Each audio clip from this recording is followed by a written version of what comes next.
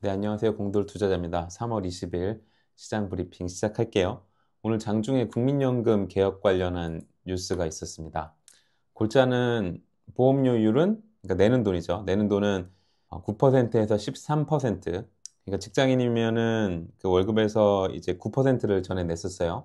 근데 절반은 회사에서 내고 절반은 근로자가 냈었는데 이게 13%로 늘어나는 거니까 6.5%를 월급에서 떼가게 되겠네요. 네, 엄청나게 좀 많이 떼가게 될 것 같습니다. 안 그래도 좀 적지 않다라고 생각했었는데 어쨌든 9%에서 13%로 늘어났고요.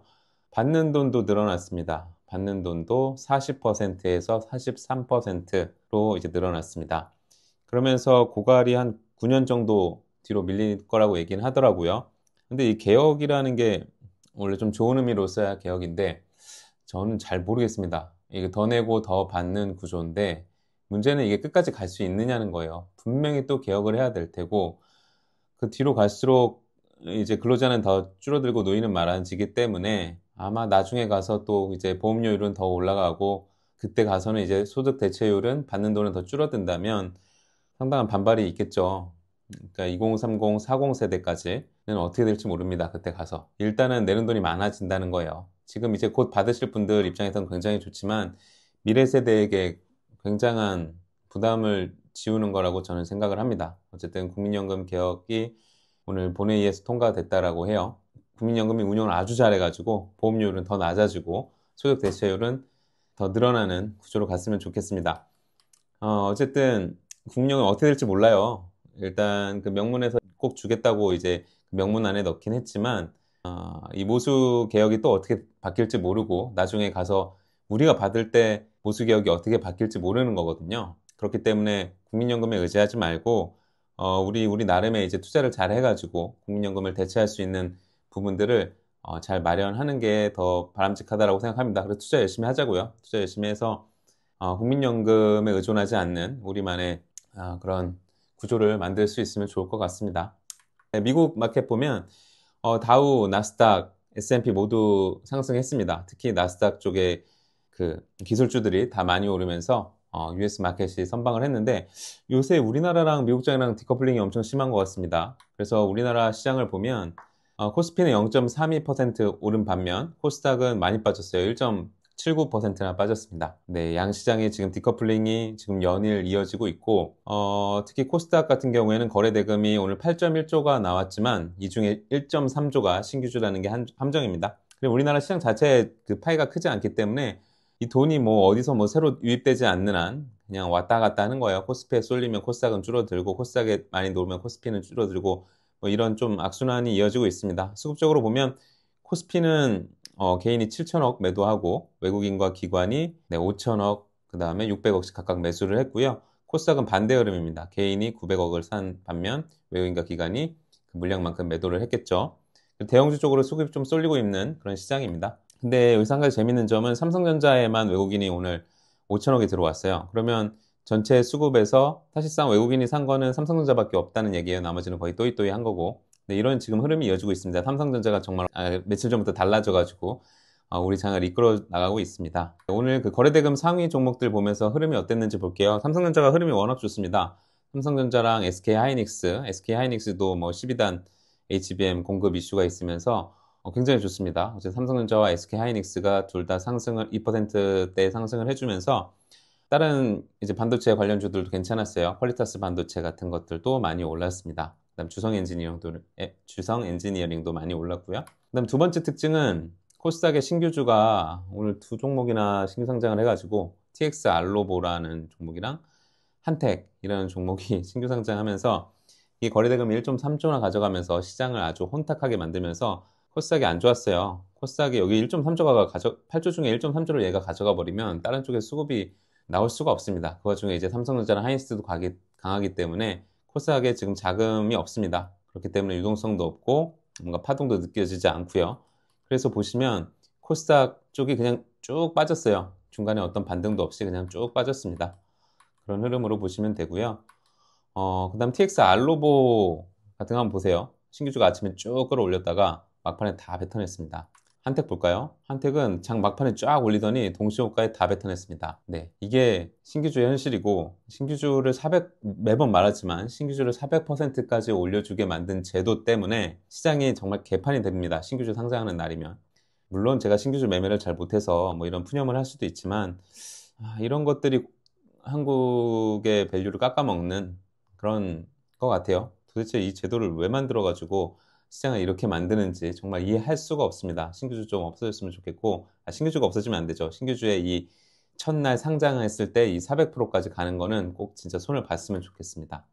세 번째 특징입니다. 2차전지 관련주들이 오늘 많이 올랐어요. 특히 대형주 위주로 포스코홀딩스, 삼성 SDI, 포스코홀딩스도 6% 넘게 올랐고 삼성 SDI는 5%, 그 다음에 LG화학도 6%, 그러면서 소형주 중에서도 나인테크가 14% 넘게 올랐습니다. 그래서 2차전지 쪽이 굉장히 강했고요. 네 번째 특징입니다. 하나그룹주 연일 잘 나갔죠. 시장이 항상 중심에 있었고. 근데 오늘 이상하게 장중에 좀 많이 빠졌잖아요. 그 물음이 시간 외에 나오는 것 같더라고요. 어쨌든 장중에는 하나오션 6%, 하나시스템 8%, 하나에어로스페이스도 4% 넘게 빠졌고, 하나엔진도 8% 가깝게, 그다음 하나비전도 4% 넘게 빠졌습니다. 왜 이렇게 빠지나 했었어요. 뭐 조선주들, 이게 하나그룹주들이 빠지니까 조선주, 뭐 원전, 그다음 우주 관련주들 다 안 좋았거든요. 방산.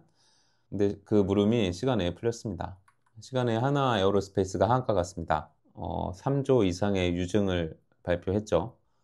상법 개정이 통과될 게 두려워서인지 정말 발 빠르게 움직입니다. 발 빠르게. 주주 배정 유증을 했습니다. 얼마 전에 삼성 SDI 주주 배정 유증했죠.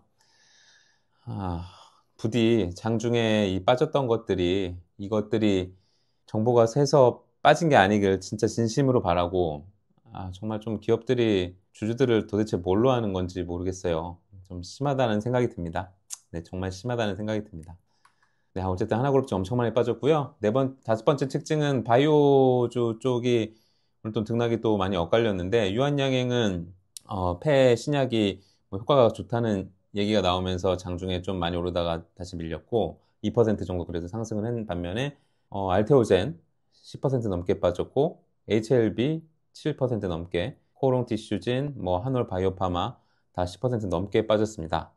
아마 HLB가 내일이면은 FDA 결과가 나올 거예요. 그거에 대한 좀 불안감이 있는 것 같습니다. 기대도 있겠지만. 왜냐하면 그게 잘 안 됐을 때는 뭐 거의 점화까지 갈 각오를 해야 되기 때문에 그런 부분들에 좀 부담이 있는 것 같습니다. 시장에는. 그리고 역시 코스닥 수급적으로 좀 문제가 있기 때문에 이런 현상이 나타난 거라고 보시면 됩니다. 종목별로 좀 뉴스들 살펴볼게요. 포바이포는 뭐 이런 뉴스들 때문에 뭐 올랐다고 나와 있지만 사실은 네, 퓨리오사 AI 관련 주로 묶여 있죠. 네, 퓨리오사가 뭐 메타한테 1조 넘는 딜로 이제 매각될 수 있다라는 이슈로 포바이포가 오늘 20% 넘게 올랐습니다. 그다음 나인테크가 14% 넘게 올랐는데요. 맥신 정말 오랜만에 들어보네요. 맥신 재작년인가? 몇 년 전에 어쨌든 그 초전도체가 한참 핫하고 그 다음에 이제 맥신이라는 뭐 새로운 또 뭐 그런 물질이 나왔었는데 그거 관련해서 어쨌든 이제 맥신이 또 뭐 부각이 됐나 봐요. 맥신 생산 기대감이 부각되면서 나인테크가 14% 넘게 올랐습니다. 결국 뭐 LG 엔솔이 이제 미국 쪽에 어떤 수주를 받으면서 그거에 영향을 받아서 나인테크가 오늘 많이 오른 것 같아요. 그다음 시노펙스가 혈액 여과기가 이제 수출한다는 소식에 오늘 14% 넘게 올랐고, 성우도 LG 엔솔 관련해서 46 시리즈 뭐 부품을 이제 공급한다는 뉴스가 있어가지고 성우도 2차전지주들과 함께 같이 강했습니다. 그다음 PI도 오늘은 그 2차전지 관련주로 묶였어요. SK온과 대규모 배터리 공급 계약 체결 기대감에 많이 올랐다고 합니다. 9% 넘게 올랐고요. 실리콘2 같은 경우는 이제 감사보고서도 제출을 했고, 아마 그 올리브영이 미국에서 좀 잘 나간다는 소리가 있습니다. 그러면서 이제 실리콘2가 오늘 많이 올랐습니다. 그 다음에 오늘 또 반도체들이 강했잖아요. 그 수용주 중에서는 퀄리타스 반도체가 좀 강했습니다. 실리콘 포토닉스라고 해서 광반도체죠. 광반도체가 어쨌든 미국 정부나 아니면 엔비디아 쪽에서 이제 많은 관심과 투자를 보이면서 오늘 퀄리타스 반도체가 6% 넘게 오르고 거래대금도 30이 기록했고요. 오늘 포스코 홀딩스 많이 올랐습니다. 일본 제철 주식 매각한다는 소식도 있고 오늘 2차전지 관련주들이 다 강했기 때문에 포스코 홀딩스가 모처럼 거래대금 8위까지 오르면서 등락률도 6% 넘게 올랐네요. 그 다음에 한올바이오 파마가 오늘 급락을 했는데요. 바토클리맙이라는 거 중국 라이센스 계약 해지 얘기도 있었고, 임상 3상이 유효성을 입증했는데도 어쨌든 주가가 오늘 많이 빠졌습니다. 그와 더불어서 코롱 티슈진도 많이 빠졌어요. 임상 3상 기대감도 있지만 항상 바이오는 안 됐을 거에 대한 두려움도 있습니다. 그리고 오늘 코스닥에 수급적인 문제가 있었기 때문에 오늘 14% 크게 밀렸습니다. 알테오젠도 많이 밀렸습니다. 심지어 거래까지 많이 터지면서 밀려가지고 거래대금은 2위를 기록했고요. 알테오젠이 얼마 전에 아스트라제네카 자회사에 이제 2조 원대 기술 수출을 계약을 했음에도 불구하고 오늘 바이오주들이 다 같이 빠지면서 오늘 10% 넘게 빠졌고요. 그다음에 한국첨단소재, 양자컴퓨터 관련주도 오늘 조정을 보였습니다.